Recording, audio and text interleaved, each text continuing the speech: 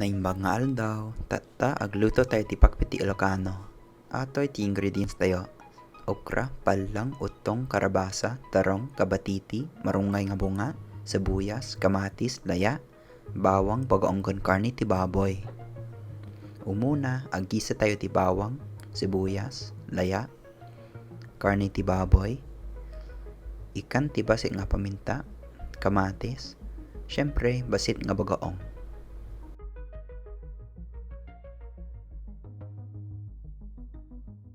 Tapos ilaok amin nga natang. Kiwaran nga basit. Nabanglon. Ikan ti basik nga danom. Tas kaluban inga na maluto. Syempre, nagprito tayo ti tilapia. Naimas na partner na. Naimas ti agkamat. Mangantayon.